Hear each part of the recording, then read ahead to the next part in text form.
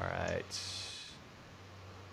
All right, we're back. Hopefully it works. Go ahead and talk, Michael, and see if you guys can hear him. Hey Is this guys. working? Yo, yo. Should be able to. So let us know in the chat if you guys can hear it Yep, as it's everybody. working. It Yeah. is live. We're live. Selena, can you hear us both? Go ahead, Michael, talking. Hello. Hey. I can hear stuff. If you guys can hear Mohammed and you can hear Can you Michael, then guys we're hear good. us? Yeah. Okay, cool. Yeah, I think they can hear everybody. All right. Awesome. Got it. Yeah. Okay. Later. Okay. All right. Well, let's start again. Round two. Two times the charm, I guess. So yeah, we were talking a bit about going into the details of, um, working in using Sapphire, using After Effects, and you guys couldn't hear it, but Michael was talking about his use of using Sapphire and the reasons why we use Sapphire. And so, if you want to go ahead and recap what you're talking about in regards to like the power of using Sapphire, Michael, go for it. Yeah. I mean, I was basically just saying it's a super robust effects suite, and they're kind of more premium effects than the built-in standard effects that come with After Effects. You have like more control over the different parameters, and then it's just I typically use it for compositing and finishing images. So I'll do like the glows, the sharpens, chromatic aberration, that kind of stuff. Yeah. But there's also like a ton of different like rendering and stylizing and distortion effects that I probably use maybe 10% of what's in it, but there's tons of stuff in here. There if you're buying this suite, I think it also comes with like a really powerful like lens flare and sort of like light aberration suite if you want to use that instead of like optical flares. There's cool like utility tools for compositing. I think there's even like a sort of like node system where you can build your own effects. I've never really gotten Yeah, into that seen stuff, some of but I that. just kind of saw it. Super powerful stuff. I did remember seeing some of that too, which is really crazy. I think what we're going to be working on a partnership with Sapphire too, so that if you take one of the classes that it involves Sapphire, we're going to try and get extended licenses because it's an expensive tool. But if you're a student and you're learning, they're really generous with their students and instructors, and they offer like really really good discounts, or they give like the software for free for a certain amount of time too, which like limited licenses, which is really great. But this is something that I became aware of due to like Raul Marx was showing me some really cool stuff that he uses for his finishing, like just some of the techniques or just some of the things that he uses, which were really incredible. And it takes your image from being like pretty standard to being really refined and really well like orchestrated and put together. And it kind of really takes something that would be somewhat lifeless and stark and boring, and it turns it into something that really becomes something else, super refined, or something that has that little bit of sheen. And it's for me, like when I started using the tool, I started to realize that it was a difference between like the 90% and the like 99%. It's that like extra 2% that you can put onto something that takes it from like, oh, it's pretty nice, to like, oh, that's awesome, like it looks really real, or it looks good, or like better than it would be if it was a standard render. And for like Epoch, for example, and I'm gonna swap the screen over to Michael soon, but just as an example of how I used it, Chris and I used it for Epoch, is that we used it to kind of take what was a standard render from the from Octane, and adding all these added little bits and pieces. And in here, there's a bunch of like pre-comps and stuff and layers that are already set up for all the shots. So this is the edit. But each one of the shots, we would have a custom piece that would have adjustments layer to it. And from there, we would have like, each one to have different setups. So sometimes we'd use a Sapphire thing and sometimes we wouldn't. But the final film had quite a few using like was it warp chroma and all kinds of different things that come specific inside of Sapphire that really help like refine your image and stuff. So, and again, we only use like to scratch the surface of the plugin, but it's really powerful. But it just takes your work from being a standard renderer to making it somewhat filmic, and that's really was kind of a key for us, because I really wanted it to feel like it was shot in camera, like it was a miniature model or something that akin to 2001 or anything like Terrence Malick's kind of films and stuff too. So just taking that thing to that refined level and really, sharpening it up and making it feel like it has that really high fidelity and that good sensibility to it. So yeah, and it's that extra like added little bit, basically those little top level things that really, I don't know, just takes things and makes them epic, really. So yeah, can't say much Yeah, Ash, I against mean, it. a lot of those. Go ahead. Sorry, go we ahead, have Mom. we have Brian on the chat, and he's free to come up. Oh, Brian's there. Awesome. Okay. Yeah. Um, So Brian, if you could email me your username. There we go. Let's see. There we go. I got it. I got it there. Cool. you're good. All right. Yeah. Let me add you to the contacts. All right. Um, I'm gonna. For those wondering, go ahead. Yeah. Go ahead. Go ahead. Got you And I here. was just for those wondering, Brian works at Gen Art, which is the company that put together the Sapphire plugin, and he's going to be joining the stream. Awesome. Cool. Thank you, Momo. Um, I'm going to go ahead and pass the screen over to Michael Rigley while we wait for Brian. I sent you the contact request, so just go ahead and add me, and then I'll have you tag into this call. So, excelente. Go ahead, Michael, if you want to share your screen, and then I'll just go full screen for you, and then we'll go. I'm adding Michael to the call now. Awesome. You see that? Yeah, I can see it. Cool. Awesome. So yeah, I mean, I mean, a lot of the stuff that you're talking about is exactly the same way that I use it. Let me just pull up some of these comps. These are some frames that I've made. Awesome. And like some of the touches are really subtle. It's like adding that little bit of chroma warp, adding some glow, adding some directionality of lighting, but just trying to take like that digital crispness off of things and make it feel more like you were saying, like shot in camera, and make it feel like it's actually optical and not just this sort of like hard edge digital render. Yeah. So Awesome. These are. yeah, I mean, a lot of the stuff is like it's just using warp chroma. The grain, I usually use like the built-in grain, using some of the glows. The sapphire glows are really nice. Yeah, I love the parameter of usability in them too, like how you can adjust each color too, which I found that you can't get from other packages, which is kind of limiting. You can warp like the red a little bit more than the blue, or you can adjust and pick your own, which is really cool as well. So, yeah. Brian's here on the chat too. What's up, Brian? Say hello. Hey! Can you guys hear me? Yeah, I can hear you. Hey, Ryan. Oh, awesome! Thanks. Sorry, I'm just falling in love with all you guys loving Sapphire, so I'm just sitting back and listening. Awesome. Yeah. Yeah. Welcome to the chat. Or to Thank the you stream. so much. You're welcome. Thank you. Apologize for the delay. It's just completely my fault. So No problem. I apologize. Look at this beautiful work here, guys. Really amazing stuff. Yeah. Thank you. Michael's a Yeah. crazy power user with this stuff. Crazy guy. Yeah, awesome. Great to see. Yeah.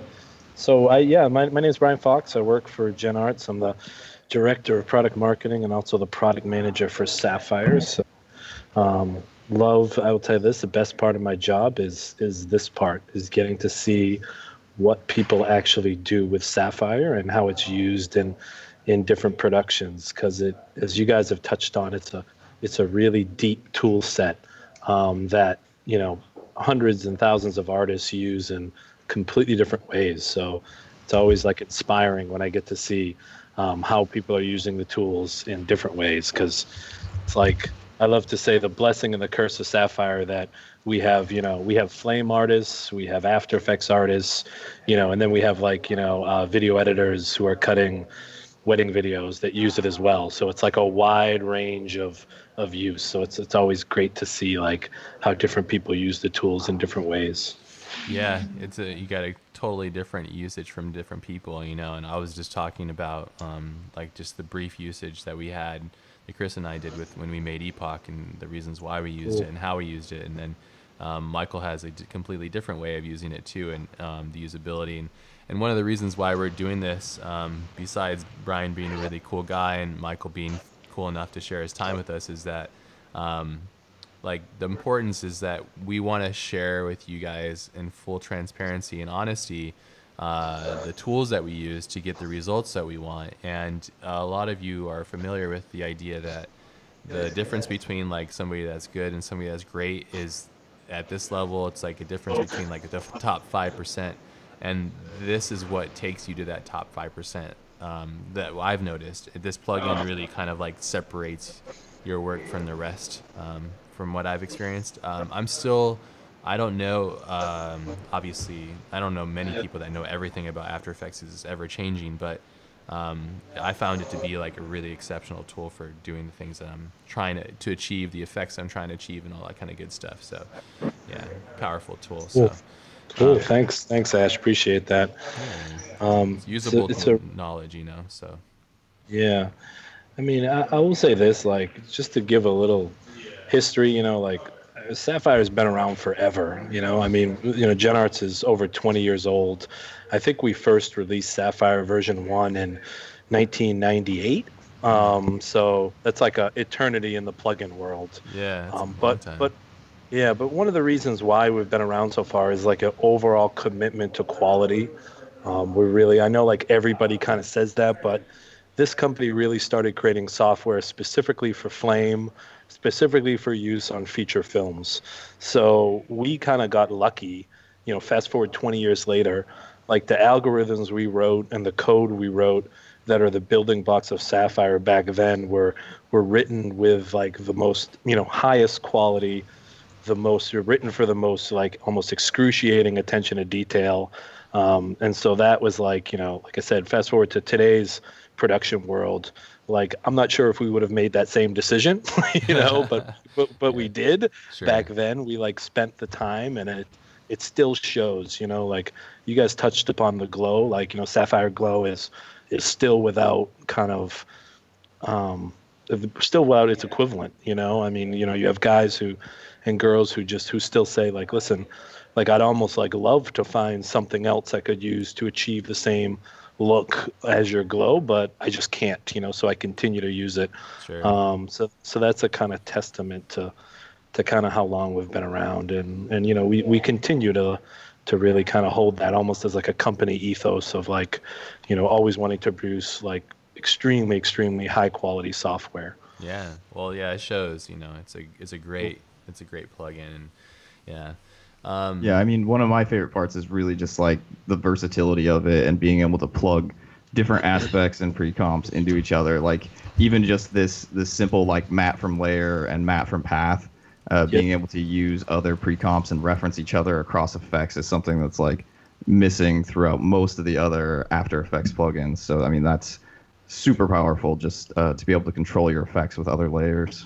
Yep. Yeah. And like I said, it's like we really spent a lot of time in like, and almost like I love to say this, there's no right way and no wrong way to use Sapphire. There's just the way that people use it, So some people like use them in some ways that they never even touch, like kind of that kind of A+ level of Sapphire usage, and that's fine. They just kind of live in their own world. And other people really geek out on it, like some of the extreme depth of the parameters and some of the different stuff we can do with it.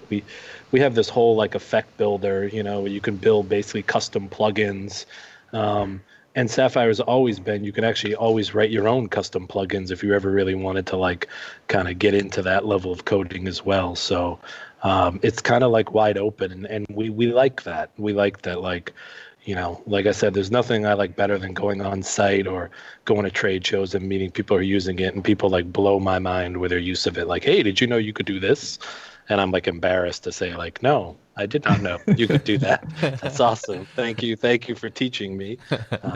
But yeah, that's the good part about Sapphire. Yeah, it's never ending. It just kind of opens up and stuff. And there's the infinite level of possibilities too. Like it just, I was making some still images, some style frames, for some things the other day, and I just popped it into After Effects just to try and play with some stuff, and it's just like never ending. It keeps going and going. What are some things? Sorry, go ahead, Brian. No, I was just gonna say there's over 250 plugins and 3,000 presets in there right now. So there's quite a lot. Yeah, this list is massive. Yeah. Yeah. It's an infinite. What are some of the things that you use, Michael, that you find that are like quite unique to this to this plugin? Yeah, so definitely like the matte from layer and the matte from mask is really powerful. So I was kind of doing this in the background while you guys were talking, but if we're looking at just like this glow effect, basically I have this displacement matte here, which I built with Sapphire as well. So this is like a clouds layer and then a mosaic just to make it basically tiles, and then the really powerful part here is you can then say map from layer and link it to that displacement map, and now you just You can make it your off the glow noise. Yeah. is being sourced from that. Yeah, that's cool.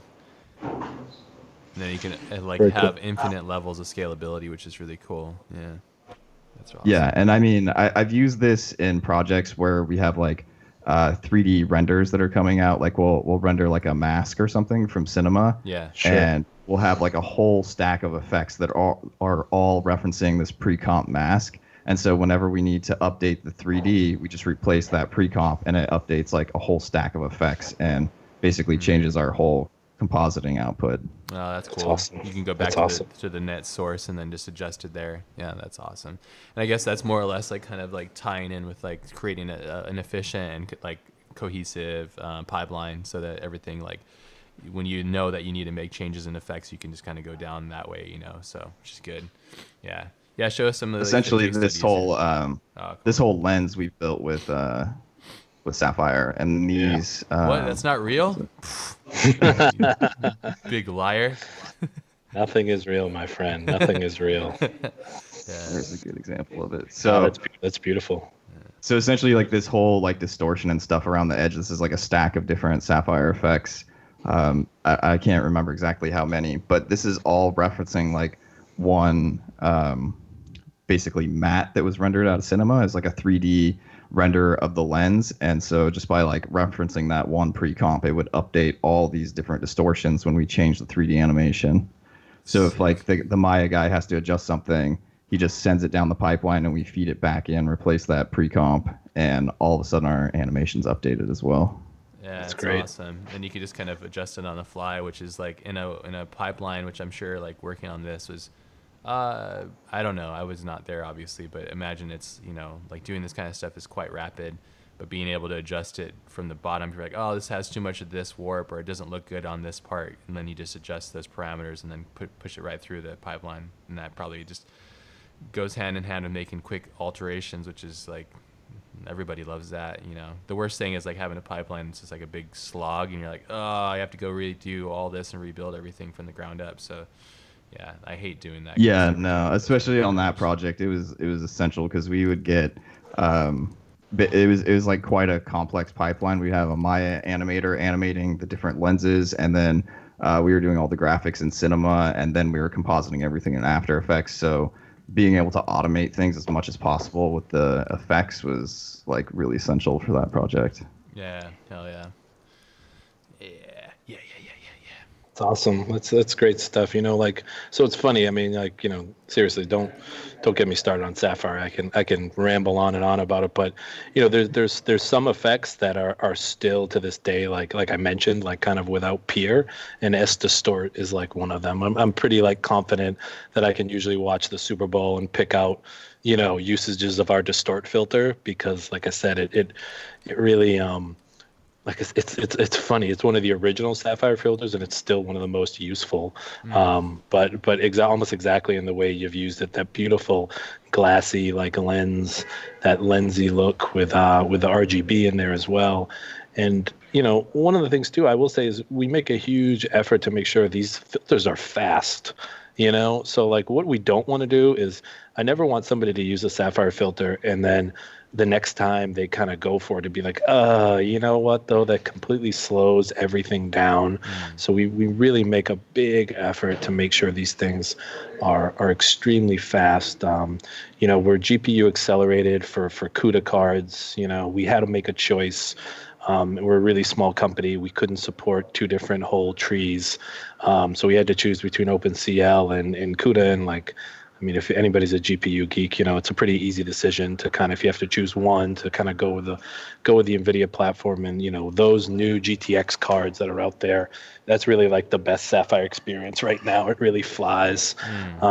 Because we know it's like it's useless if it's totally going to slow your whole system down and kind of break your whole train of thought and your creativity. We don't want to be that problem. We want to be this like great part of the experience and be like, oh, I love that plugin. I just want to use that again and again. Sure. Not like, oh God, it's gonna crash or it's gonna do something, and that's like, it's extremely difficult, but it's also important to us to kind of maintain that.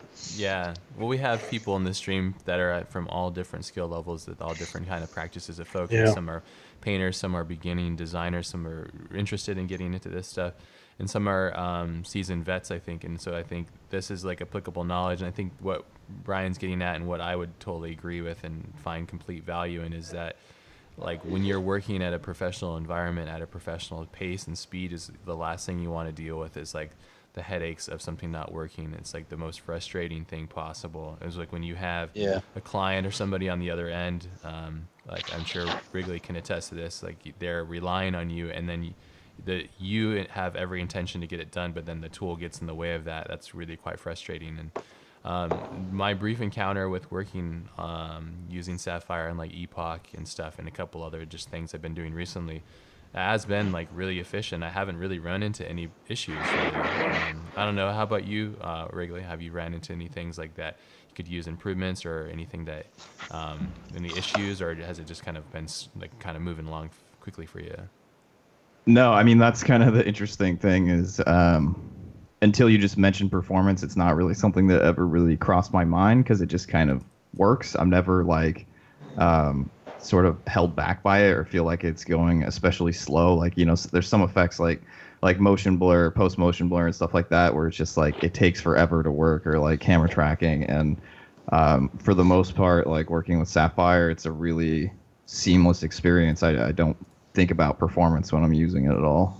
That's awesome. That's the goal, and let me tell you, there are certain plugins, like people always ask me like, what is it like, like how does this work? And I'm like, there's certain effects that like what you're trying to do is extremely intense. So there's like, if you're into motion blur and you crank it all the way up, like the math it has to do, there's just no way around that. It's going to get slow. Sure. But what we try to do is build in preview mode. So I would tell people, like of all skill levels, always look like we put a lot of thought into every parameter. So it's like if you are slowing down, like look around, you're probably going to see like, a quarter preview, an eighth preview, and we don't want to have you drop your whole comp down. So just drop the motion blur down to like half. And, most people, honestly, they see no difference almost between half and full res anyway. And like, so I say, well, go ahead and work and, like look for it. Just remember that like, if you're experiencing that problem, mostly someone else has. And I guarantee you they've complained to me about it, and we've tried to put it in. So, but there are some certain things like our Zap plugin, which is lightning, is really cool. And like, if you turn that thing up to like 1,000 volts, it's like, go and get a cup of coffee because it'll finish a couple minutes later. But, Have you used this one, Michael, the Zap one? No, I actually haven't used it before. What's this one do, Zap. Brian? So Zap is photorealistic lightning. So Interesting. yeah, so you can do a whole bunch with this. If you turn bolts up, you can do a whole bunch. And like Zap actually has some cool stuff where you can feed it a mat, so the bolts will attract to a mat, or they will emanate from a mat. So there's Zap to and Zap from. There's a little cheat of a 3D mode too, so you can go around the bolts. You can straighten those bolts out. So you can actually get a kind of 3D stroke type, with just more of a stroke stuff, and cool. You can add an atmosphere, so you can get some cool stuff. Man, I wish I knew about this when we were doing Lost Boy.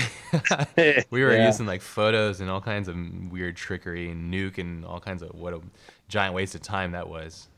They used this on Suicide Squad a lot. It was used in all the X-Men movies. It was used in Harry Potter to do some of his bolts from his wand and stuff like that. That's cool.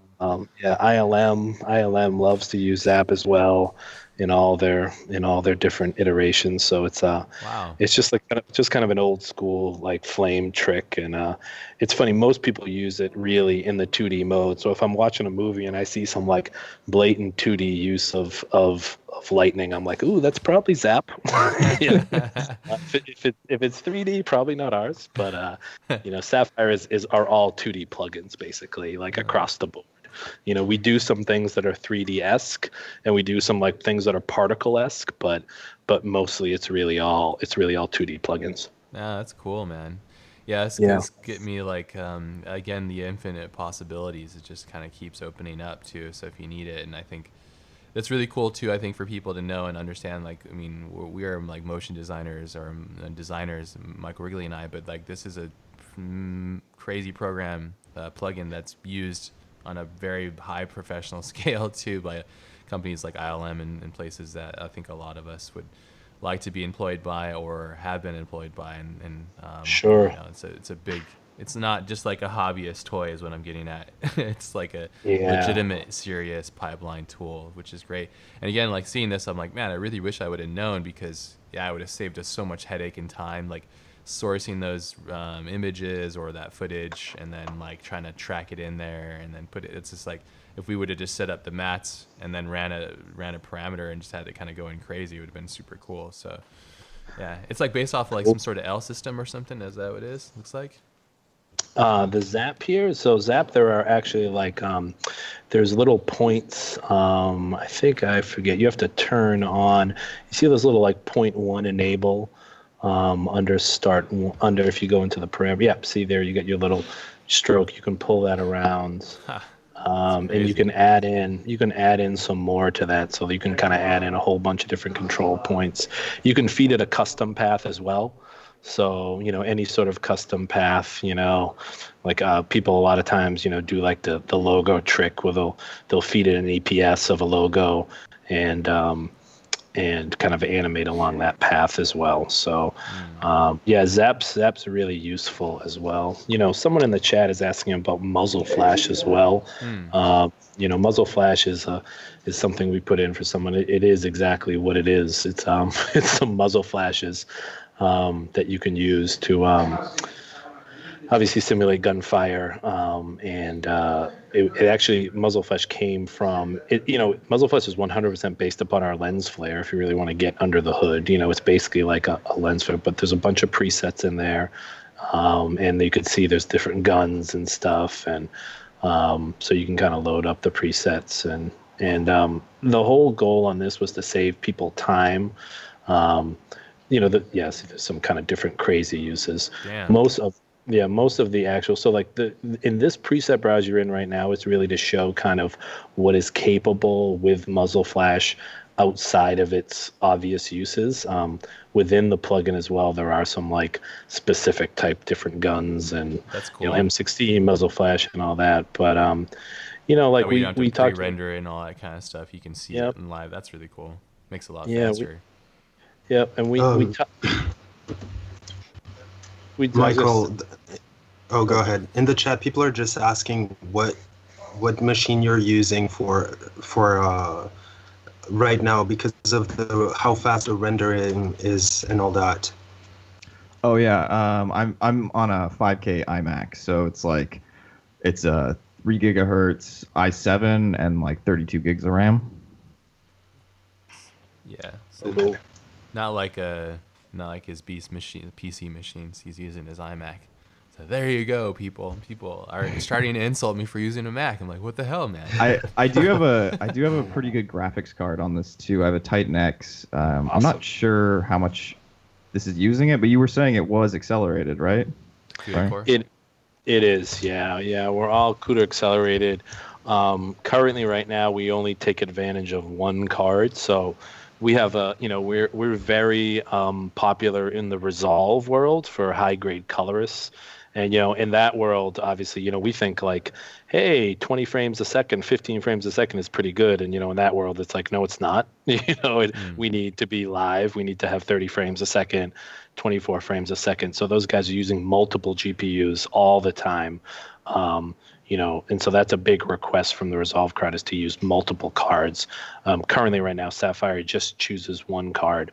And if you don't have a card, I will say, we're multi-threaded. We make it a big priority to be as fast as possible without a card as well. It's just like obviously the premium experience is with a CUDA card, but we spend a lot of time, just going over these effects, making sure everything is fast as possible. Like, if I showed you our product research and all my interviews and all that with customers, like, the number one thing people say is like, it just has to be fast. Because I think Ash hit it at it earlier, that like, in today's world of production, man, it's all about speed. It's just like, it's fast, cheap, and good, all three. So like, this is really just difficult. yeah. It's the time. If you figure it out, let me know how to do it, Yeah. because I still haven't figured it out. Usually only two of those, yeah. Yeah. I'm usually like, I'm like, I'll add it. I'm just cheap, at this point. I don't even get fat and good, but it's true. Like, like, guys and girls are under such insane deadlines nowadays. Like, it's like, especially in the VFX world, it's amazing talking to nuke artists, like working at places like MPC and Double Negative, and like, I mean, even in the previs level, they have an hour to do a shot, and then they're moving on. So it's like hour by hour. And at that point, if they're using something like muzzle flash, if they're using Zap, like, it better be fast, because you don't want to get the call from them that like you're the one slowing everything down, So Yeah, like I said, exactly. we kind of like, it's good for us to kind of get out of our offices and go on site visits and really get reminded like how these tools are used in the real world, and like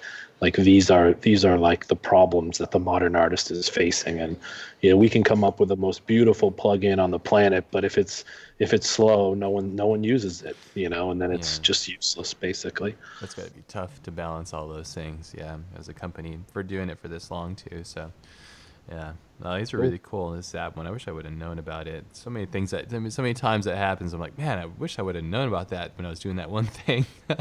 Yeah, it's almost like if only you had that information or the access to that information when getting into that, just to help, it's like, oh, okay, that would have been so much easier, It's all good, now I know, so I'll never go back. So I tell people all the time, and this is like the most useless piece of advice, but I'm like, if you have downtime, just like play with the effects. And I know, like, that's good though. It's like so hard to do that, but it's like, that's really like how I learned. Like, I'm a former smoke artist, and an editor. I've worked in broadcast a lot, and like, so I was like kind of like an end user that started to demo for the company and then kind of came on board as staff. So like, the way that I really learned how to kind of become a power user was just like trying to carve out a set amount of time per day and be like, what, I have this expensive set of plugins on my system. Like, I owe it to myself to spend 15 minutes a day and try and like figure out what, I don't know, distort RGB does, and just play with it. Like, slap it on. We try and make sure that like the starting point on these presets makes or does something. Like, you're not going to see a Sapphire plugin just do nothing. Like, Sure. sometimes it kind of does some wacky stuff. You're like, oh, that's not really the way I intended. Like, Warp RGB is a very popular for just adding chroma distortion, and it kind of defaults to a kind of like 1970s like auto lenticular 3D look, and I always just tell people, just increase the steps, jack it up to 20 and you'll see what it's supposed to do. But that's just kind of like I said, that plugin's been around for 15 years, and that was like what they kind of started at, and we don't want to screw anyone's project up who still has it in there. That's true. Yeah, there it is. I use the warp chroma all the time, and it's like I usually set this down to like almost 995, invisible. Yeah. Same. No, just totally. To soften the harshness. That's really the proper use. But so like from a developer standpoint, like, there's literally somewhere out there who, like, there's a Flame guy who has like a set batch set up or has been using it forever, and like, if I go ahead and change that preset, like yeah, it's going to destroy his project. You're So gonna hear from His him. world falls apart. yeah, You're gonna hear so, from him. Yeah. we don't do that to you. You had mentioned that it's like it's nice to talk with, I guess, like people like myself or Michael Sure. or people that are actually using it without like coming to you with a bunch of complaints, because like as you said, like for the most part the communication you get is the complaints or whatever, like just, oh, this isn't working, or this is working but it's not to what I thought it was going to be, blah blah blah. But it's probably always really nice when you actually can see somebody using it, and then because most of the time people that are just using it and it works, they won't write to you because they're like, I don't, what do I care? I don't need to tell you that it's working. You already know. That's what we I have, know. So it's I always thought that was quite interesting too. Like even with us with running the school too, like we mostly hear from things that if it's not working or if it's not as effective as people want it to be, then that's when we hear from them. But a lot of times, most of the people, it's like, I guess, like YouTube comments and stuff too. It's like just like only certain amounts of people like will reply on YouTube or we put the comments on there. But it's good to have that good feedback when you could start to see people using it and effectively using it or having it part of their pipeline. It's got to be gratifying. So yeah. Yeah, no, totally. I love it. Yeah, you hit it dead on. It's like it's human nature that we tend to speak the loudest when whatever there's some sort of issue, right? And like people think that like, whatever, that's the only way to get stuff done. So they have to, yell and scream and all that. But like it's really the gratifying part about this job is seeing people that love it, and then you'll meet guys who'll say like, yeah, just don't change anything. Like I love it, I just use it. But yeah, I don't need to talk to you guys. You guys are doing a great job, and I'm like, yeah, well tell us. you know? Yeah, give us a pat on the Yeah, back. Yeah, we're yeah, getting slogged. yeah. Yeah. Tell us, because I'm getting killed for licensing issues or something or that. I mean, Yeah. I know you guys touched on it earlier, but the one thing I'd love to say is like, we currently like we're 100% trying to support students. So Yeah. like, I can be brutally honest. Like Sapphire is like, you can get a cracked version like 100%, out there, on the internet, on YouTube and all that. Like a lot of those are totally riddled with spyware and viruses. I tell people, like, just don't destroy your computer and then complain to us that Sapphire did it. Like, just email me, like, or email GenArts, and we set students up. We ask you to like basically like, prove that you're not a movie studio in India or something like that. Like send me a copy of your student record, or You guys are like, super or if generous. Yeah. yeah, if you're a high school student, I like to say like have your dad or mom email me, or just something, and like we really like because there's nothing really that kills me worse than people will call us up and say like, like, yeah, I installed Sapphire and it screwed my computer up, and I'm like, well, you didn't install Sapphire. You Yeah. installed something So else. Some right. malware or something. Yeah. Yeah, so it's like, and I feel bad for those guys because you don't want to be that negative type experience. But like, we understand that these are tools for professionals, and we're currently priced at a professional price point. But we also understand that like this young generation is the next wave of professionals. So like we want those guys to have our tools. We want everyone to use it. We just want people to use like the right version, Sure. and the one that we spend a lot of time making sure that it's fast and not like really screwed up. But Well, one of the but things too, it's like if you're using this, like it's very expensive. The barrier entry is really expensive for like a student, of course, or for like a entry level professional that doesn't want to spend all that much money. Not sure they're going to use it. It looks so big and cumbersome, and they're not sure if it's yeah, going to be like usable or accessible to them. The cool thing is that you could use this, like what Brian's talking about. Like they're incredibly generous, and I think what's great is like offering the ability for you guys to use it, get used to it, and then I think what I like to do is the moment, damn, that's trippy. Looks like some like Tool album art or something. Um, I love it. yeah, what I like to say is like you try these things out, you use them as best you can, get used to them, and then the moment you start making money off of them, it's the moment that you need to give it back and you need to pay for these products so that like you're continuing the cycle, because these guys have if they don't make money, then how are they going to continue doing these things which you're living off of, so it's like it has to be a circle. And that's one of the reasons why as a school we really wanted to bring Brian on and also have Michael explain things as well, is that it's really good for you guys to be in touch with these guys who are willing and wanting to share their life's work with you guys so that you guys can have the benefits of that. And being a student, it really helps. And when I started talking with Brian about it, I was like, oh, we got to have you on the stream because this is going to be incredibly beneficial to the students. And I don't know if we can talk about too much detail, but I know that Michael is perhaps maybe designing another course, and Awesome. he will be using Sapphire stuff, and so this will be like a perfect marriage for you guys. So we have Brian representing Yeah, I mean, I'm Sapphire and already stuff. So using it yeah, as well in like my current class. that's right. So that was definitely a big question that we had when people were taking it the first time, was like how to get access to it, and just them being able to use the same tools that I'm teaching with is massive. I mean, I'm teaching with them for a specific reason, because it's the way that I work, and I want to show people, how I'm making the kind of stuff that I'm making. So just giving them the access to the exact same thing is really awesome.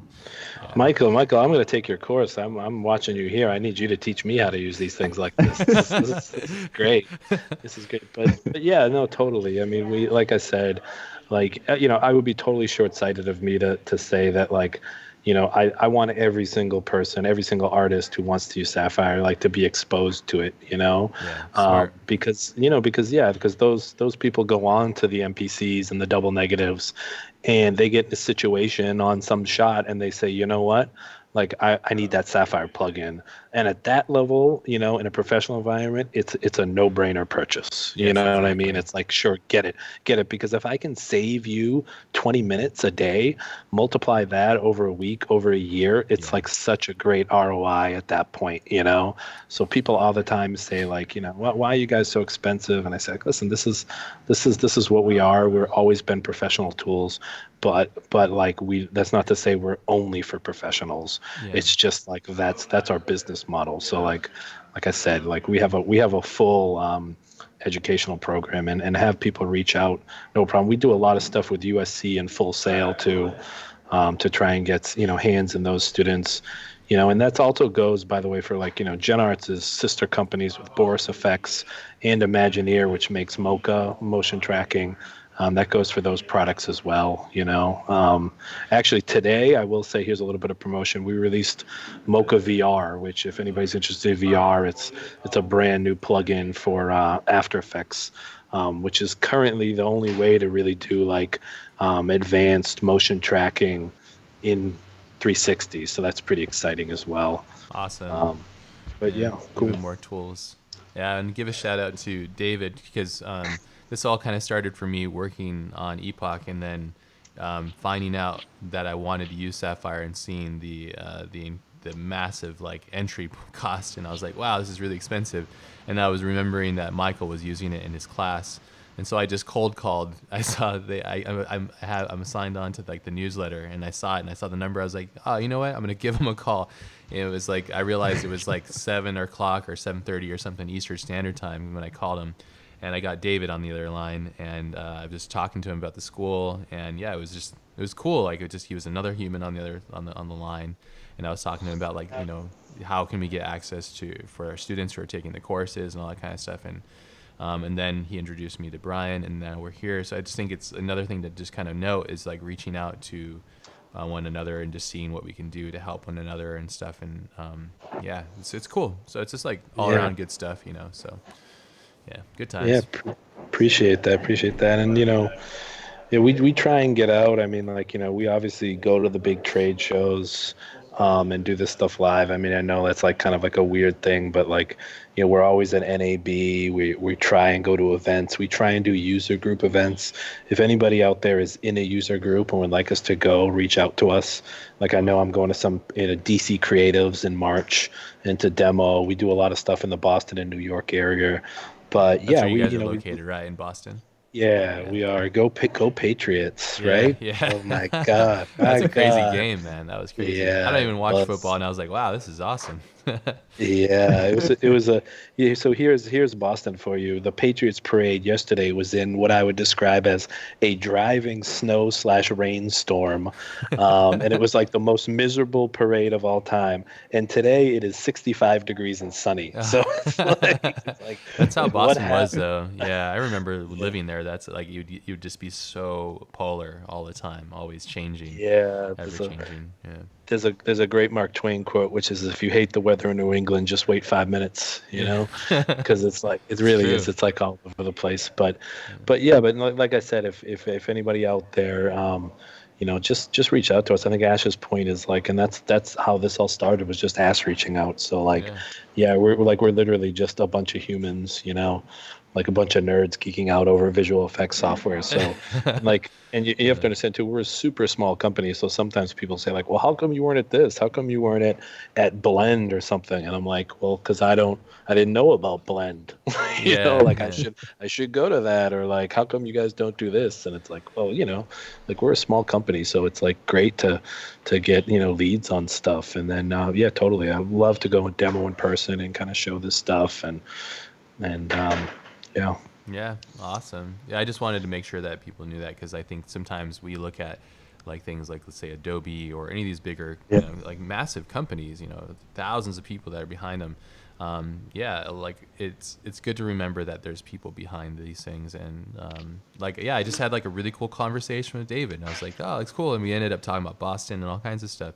And so it was, the intention was to kind of figure out something to help you guys, everybody else that's out there. Because when I was looking at it, I was like, well, I'm a high level professional. This is a big entry point, for a plugin. And I'm like, it's very valuable. I see it, but it's like, how can we figure out a way of making it so that it's not such a hit, So yeah, but totally. But it's great though. I mean, when you get that asides and you go through that, because I know that's something that has been mentioned. I think that's one of the big concerns. But once you get past that, you start to really utilize it and start to see its value, then it really helps, So really, once you start using it, you kind of don't know how you worked without it before. It's like the worst when I get, because like sometimes when you're working on site places, you don't always have the same access to different effects packages. Like when I'm working at home, obviously I have everything that I need, but if I do go on site, sometimes you're working with just the built-in effects or whatever's installed on your box, and you really realize how much you miss it at that point.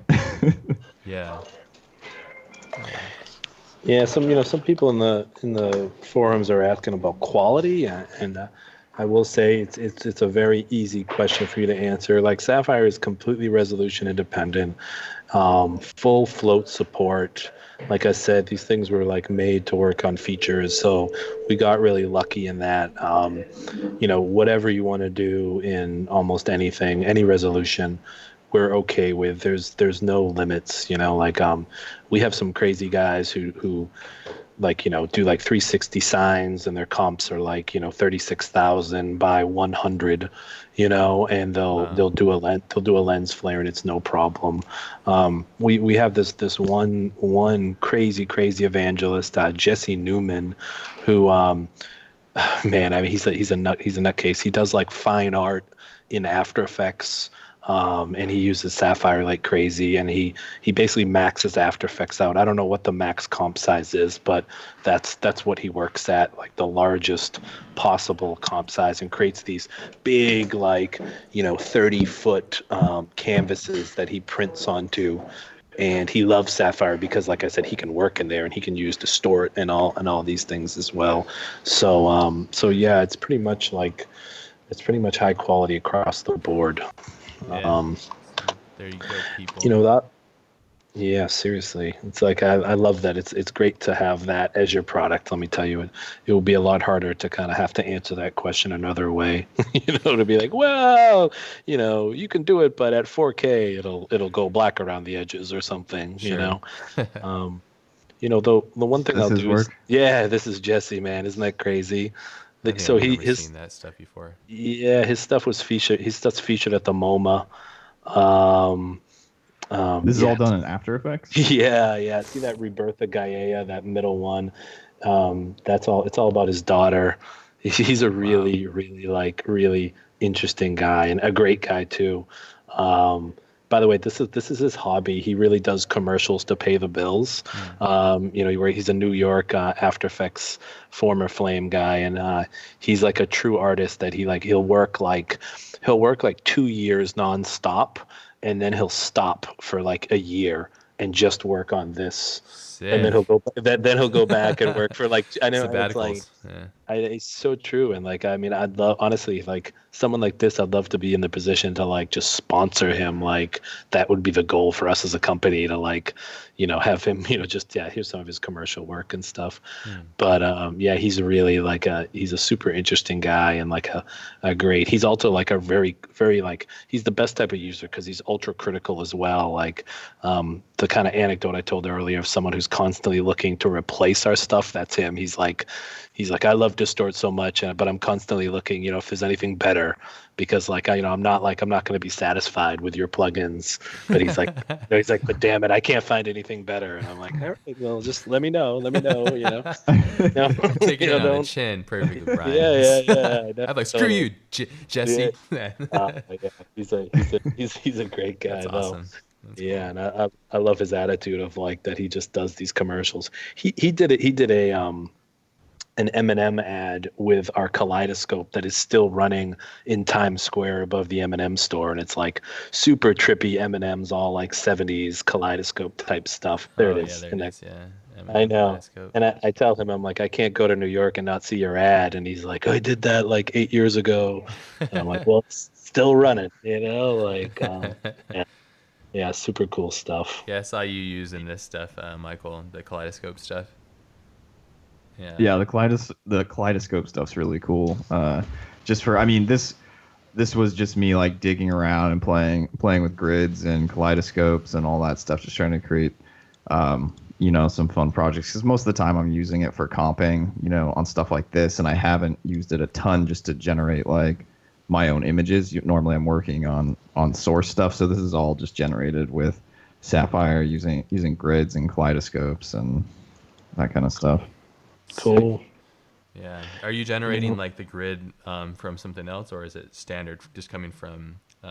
It's just it's like the grid effect. So I'm just like building it up, starting with that grid, add on like a few different layers of it, and then once you start adding in the kaleidoscope, it obviously tiles it really interestingly.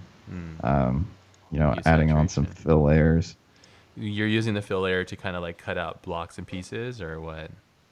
Yeah, so the fill layer, I wanted to sort of create this like channel in here. So if you like, once you have the kaleidoscope on top of it, it tiles it like that. But if I go down here and adjust the fill,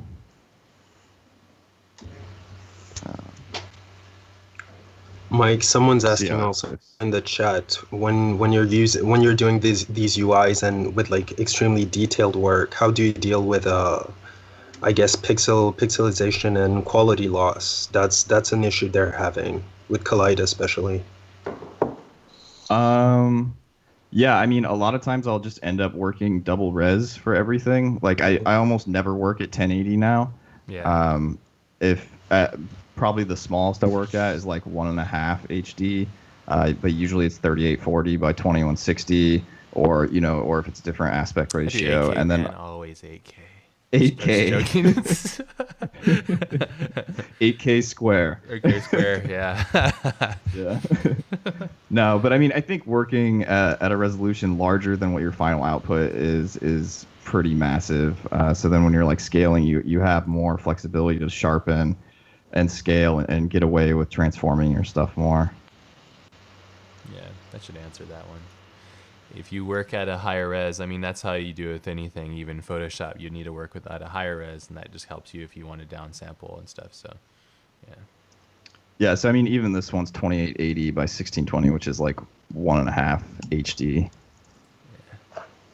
That's cool. So you're using the grid, and then now you're able to just augment and create infinite levels. So that's really rad.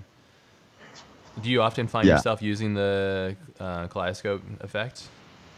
The radial stuff? It really depends on what I'm working on. If I'm working on more UI type of stuff, I'll definitely use it just to create like really quick detail.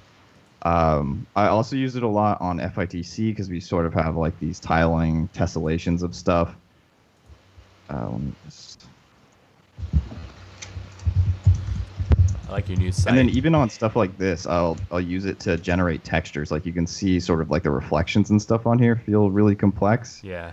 Like that's me building up a texture in After Effects with the kaleidoscope and pixel stretching and all that kind of stuff, and then remapping it onto in the Cinema. geometry. Yeah.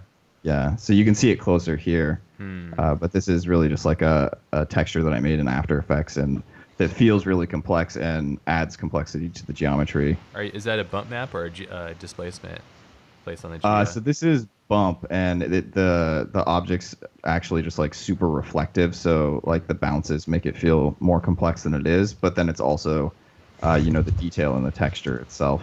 Yeah, Beautiful. So like crazy. even here, you can see the kaleidoscope, like the symmetries that are happening there. Yeah, we were doing some cool stuff with that, I think, in your class too.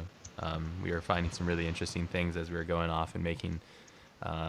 Because I think, if I recall right, in your class you had like us making noise textures in After Effects, then applying it on the geometry. Um, but then we were doing some really interesting things. I haven't done the kaleidoscope grid thing. I'm gonna try that though. That's really cool because then you can create infinite madness. Because if I try to make that in like Adobe Illustrator, it'd like, oh man, it'd kill me.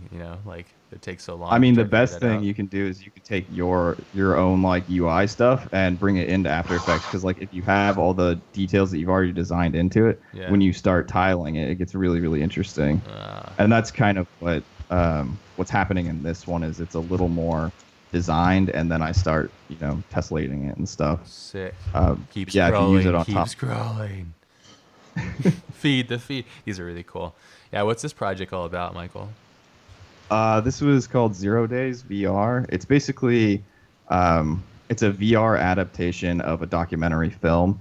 Hmm. This just premiered at Sundance a couple weeks ago, and I Awesome. guess it did quite well. It was sold out basically the whole time it was there. But I mean, basically the theme of the film is it's following the Stuxnet virus. It was essentially this virus uh, developed by the U.S. and Israel to sabotage nuclear facility, Oh. Iranian nuclear facility. Uh, So it's kind of tracing that. So like basically the work that I'm developing was I had to figure out the POV of the virus. So like coming up with a character for the virus because obviously like in the documentary film you're using like a lot of found footage, interviews, talking heads, that kind of stuff, mm. and that doesn't really translate into VR at all. So we had to come up with sort of like a digital world that we could sort of follow the virus through and create, digital characters and stuff like that. This is really akin and close to what you've taught already, though, which is really good too. So if people are interested, I mean, how close in percentage wise are you using similar pipeline and effects and styles and stuff from your first class at Learn Squared? Yeah, I mean, it's extremely similar. I'm Yeah, it's using cool. similar tech. I mean, the texturing, I'm building them in After Effects the same way I am in the class, Yeah, building geometry in similar ways. I'm not doing like the poly effect stuff, but I'm, using cloners and yeah. sort of the same kind of geometry techniques, same sort of rendering techniques, same compositing. It's the same pipeline basically. I'm just switching parameters around. Yeah, you're just slightly switching things, and it's really beautiful, though. Yeah, it's crazy. So much information. And I think what's cool that you're talking about is utilizing, like, if we were to say like Sapphire, you're making the kaleidoscope, generating those like textures that would be really hard to make, say like in Photoshop or Adobe Illustrator or something, generating those, and then putting that on the geometry, and it's like exponentially shifting up the complexity level. Because right now, if you didn't have that texture on, it'd probably look like if you just put like a clay shader on there, it'd probably look cool, but just mostly like a bunch of squares, right? Yeah, yeah, just be basically extruded cubes. But yeah, between the bounces of the reflection and the complexity of the shader, it makes it way more interesting. And then, of course, you have glow back on top of it in comp. Yeah, it's More awesome. Beautiful. sapphire glow. Love it. Love it. Yeah, like that downward shot's sick. Yeah, it's crazy. It kind of like there's a couple of shots that you're really kind of touching on some of my favorite parts of that Interstellar movie. I'm sure people told you that, but like that Tesseract scene, so beautiful. The same, some of Yeah, the colors and Tesseract's stuff. amazing. That was definitely like a major influence for us when we were thinking about this digital space, sort of like pixel stretching, infinite expanding environments. Thinking about the internet, all that stuff. Yeah, that's cool. I think also something to touch on is just like how you're taking something that's like a creative brief of creating something quite abstract and then trying to hone in on it and making these things out to be like building out examples to kind of build from and create and stuff and give the client solutions, you know. So that's a whole task in and of itself, is like navigating those waters, you know, like trying to figure out ways of conveying information so that you can sell them on these ideas and stuff, which is really cool. So yeah, That's crazy. yeah, infinite levels of madness. Yeah. When I took Michael's class, it was just like, all right, well, it's you like adjust one like parameter away from what he's doing, it's just like boom, you're in a whole different realm, you know. So it's like, oh, okay, this is interesting. And then how you texture and light and render things, it's just like in a whole nother realm. And this is something like, this isn't animated, so I think that's what you mentioned too. Like you could just go like balls out and just send out some renders overnight, wake up and have some really beautiful images at the end of the day. I imagine that's probably the workflow. You could just kind of like, okay, I'm gonna go crazy with the renders on these ones because you don't have to do sequentials, right? Yeah, but I mean, honestly, the render times on these weren't really that bad. They ended up developing all this stuff in Unity, so it's kind of like it doesn't look exactly the same, but they're rebuilding the same worlds. But yeah, I mean, especially when you're like developing concept art like this, it's just like try to develop as much stuff as possible and you know, see what sticks. Yeah, it's crazy, man. So the render times, and on average, let's say like you're looking at like this one for example. And this one like was probably the half-res. worst one. This was yeah, this is probably like half res. But it's like this Killing one, Ang piece. You know Killing Ang, right? Yeah. It looks kind of like that. It's awesome. Like it's like a digital version of his art. Yeah. But how long was the render time in that one, for example? That one was pretty bad. That one was probably like 2 hours. Damn. And you have like what, 400 GPUs now? that's running on 7 or 8 GPUs. But something like this. What are you heating your house with those GPUs? Yeah, he lives in the coldest part of the world, in LA too. He's man, it's been a frigid 60 like this week. So damn. So you have 8 GPUs cranking away, and it took 2 hours for that. Wow. And that's at what, 8K resolution or something, or is that? I was running these at like 5600 or something. Oh, okay. By 5600. And what's the sample? Something like this was more like 30 minutes. Oh, 30 minutes. Not bad. Yeah, I think it was direct lighting. I wasn't doing path tracing. Oh, these are all direct lighting too. Okay, awesome.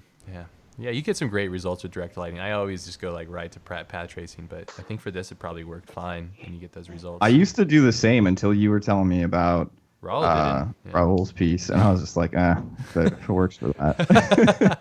It saves you so much time. Like, there's very few situations where I'm like, oh, I actually want to spend 5 minutes more per frame.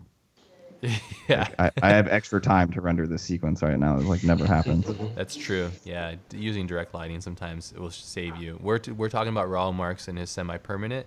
From what he's told me, he used direct lighting in that way. He didn't use path tracing, and he made that whole thing by himself basically with 2 cards, a 740 and a 640 or something like that. So there's no excuses really. Yeah. When you look at this, you're like, damn, dude, how the hell? But I would say like we got to get him on the stream. Eventually will. He lives in Australia, so the time zones are a little bit crazy. He's like the sweetest guy. He's super nice. But yeah, he's really amazing at After Effects, and he uses Sapphire. He's the one that introduced me to Sapphire actually. Showing me like the next level of how this is really great. We have about 5 minutes, guys. If you guys have questions, anything to wrap it up, and we'll hop off, and everybody will get back to their busy day. So, anybody got questions, Momo? No. Yes. No. Not at the moment. Okay. Good. Even better. Yeah. The only comment was for Michael if he ever intended to bring some of his environments in VR. Oh, if I intend to? Yeah, in the future, Yeah, absolutely. I mean, that's what this project was developed for, was for VR. So they ended up actually building out a lot of these worlds in Unity, and it'll be public release in a couple of months, I think. I'm not totally sure on that, but it was at Sundance a few months ago. So they have built all this stuff in VR, which it's really cool to experience. But wow. Yeah, I mean, I'd love to work more in that space for sure. Wow, what the F? How'd they do that, man? I Yeah, can't even Scatter. They worked super hard on that Yeah, project. they're like, I hate you, Michael. Thanks a lot, jerk. Yeah, it was Yeah, crazy.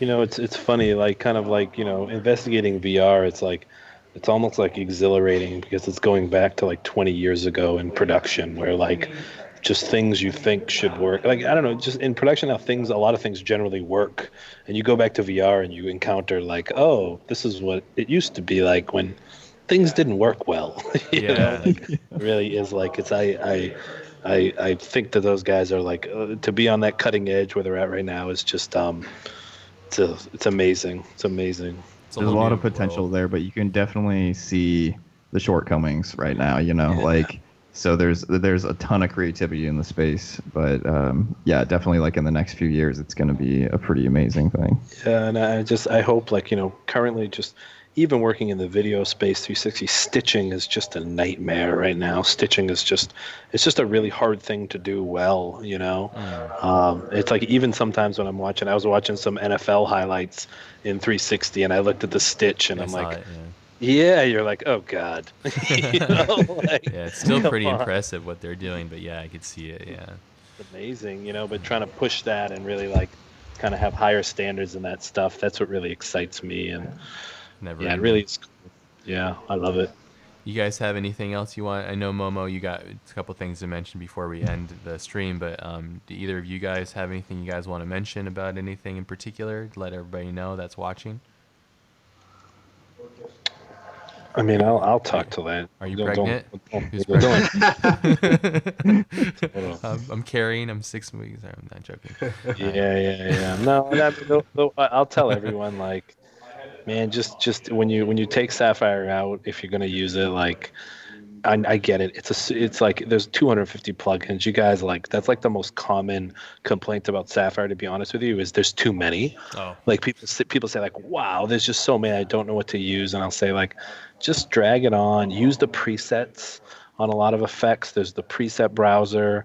Um, we didn't even talk about really S Effect, which is really like what excites me about Sapphire, is which it's a way to build custom plugins in a nodal-based compositor, which yeah. is like And Michael was right talking about inside. that. Yeah. Yeah, right inside After Effects, and you can build custom transitions. You can like choose what parameters are exposed. So like you can go into S Effect, take glow, and turn everything off except the parameters you like, and then clean up your workspace. Like that's a really like easy use of it. Otherwise, you can create whole new plugins. But just I tell people just use the presets, man. And that'll like show you kind of what can be done, and then it's a good like kickoff point for your creativity, and then just play around with them.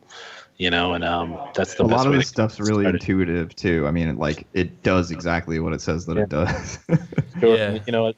We when we build these things, we build them from a top-down order of importance. So if you're looking for an order of operations, like always start with the top parameter, and like you can see within glow, brightness, color, and threshold, those are like your main parameters. And when you get down to the bottom of like glow under source and glow from alpha, those are like those are advanced uses and great to be there, but we do kind of order these things. So we think like if you're going to grab a plugin you've never seen, start from the top and go down. And we kind of also try and label things like in one language, so you're not going to see brightness called like gamma in something else. You know what I mean? It's like it's always going to be brightness. So there's kind of like a language of the tool set that once you get familiar with it, like you're not going to get confused. And like that's just kind of like the little kind of nuances that a lot of people kind of geek out on, that people will say like, hey, your plugins are so easy to use, and like what do they mean by that? They mean stuff like that like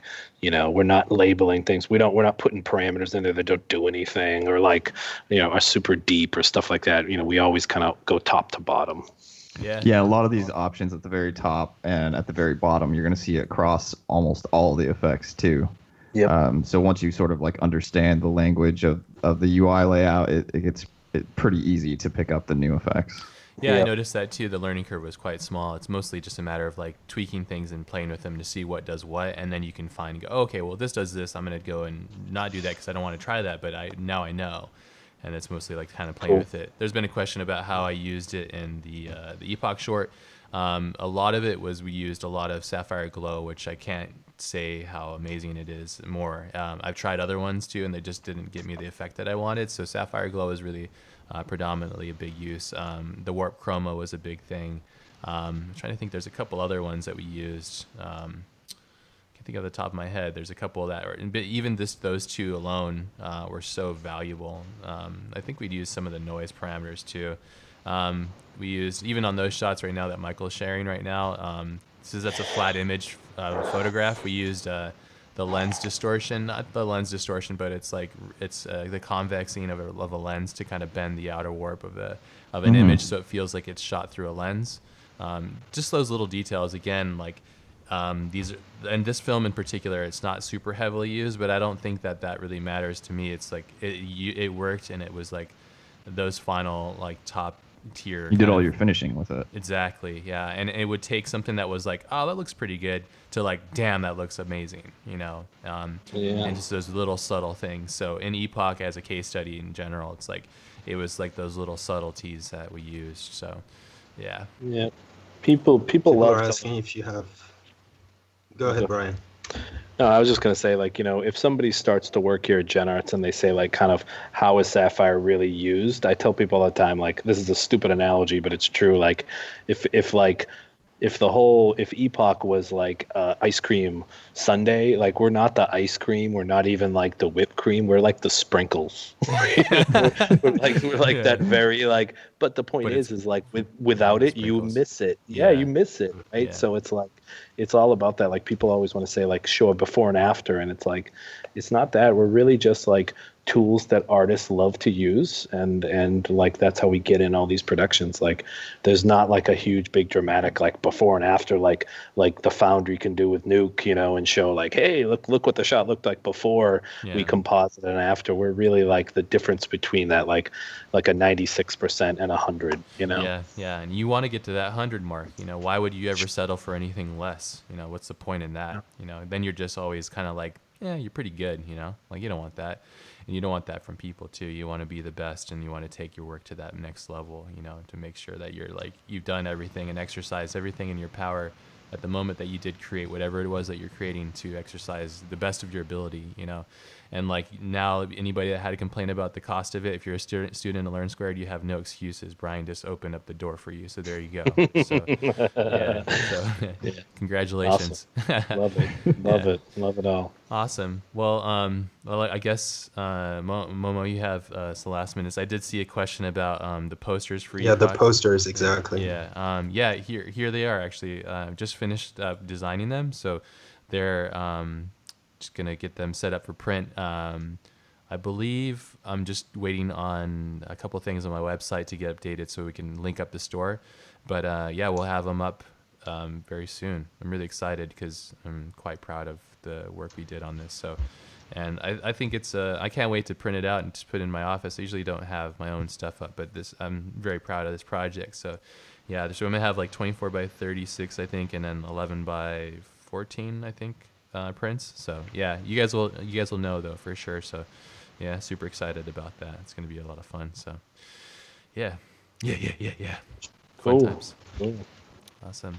Brian, just a last question. People were asking if there's any plan on having a lighter version of Sapphire, or having the different effects in smaller packages.